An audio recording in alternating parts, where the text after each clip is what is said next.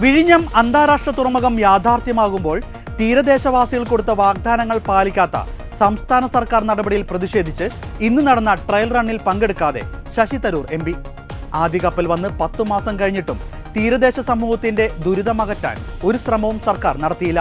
നഷ്ടപരിഹാരം, പുനരധിവാസം, കടൽ ഭിത്തികളും ഗ്രോയിനുകളും നിർമ്മിച്ച് തീരദേശ മണ്ണൊലിപ്പ് ഫലപ്രദമായി തടയുമെന്ന വാഗ്ദാനം തുടങ്ങിയവയൊന്നും ഇതുവരെ നടപ്പാക്കിയില്ല. ഉമ്മൻചാണ്ടിയുടെ നേതൃത്വത്തിലുള്ള UDF സർക്കാർ 5 വർഷം കൊണ്ട് വിതരണം ചെയ്യേണ്ട 475 കോടി രൂപയുടെ പുനരധിവാസ പാക്കേജ് 2015 സെപ്റ്റംബറിൽ അനുവദിച്ചു. 2016 അധികാരമേറ്റ ഇടത് സർക്കാർ അത് ഇതുവരെ നിറവേറ്റിയിട്ടില്ല. കടൽ ഭിത്തി നിർമ്മാണ കാര്യത്തിലും തുറമുഖവുമായി ബന്ധപ്പെട്ട തീരശോഷണം മൂലം കുടിയൊഴിപ്പിക്കപ്പെട്ടവരെ പുനരധിവസിക്കുന്ന കാര്യത്തിലും പുരോഗതി നിരാശാജനകമാണെന്നും ശശി തരൂർ പറഞ്ഞു.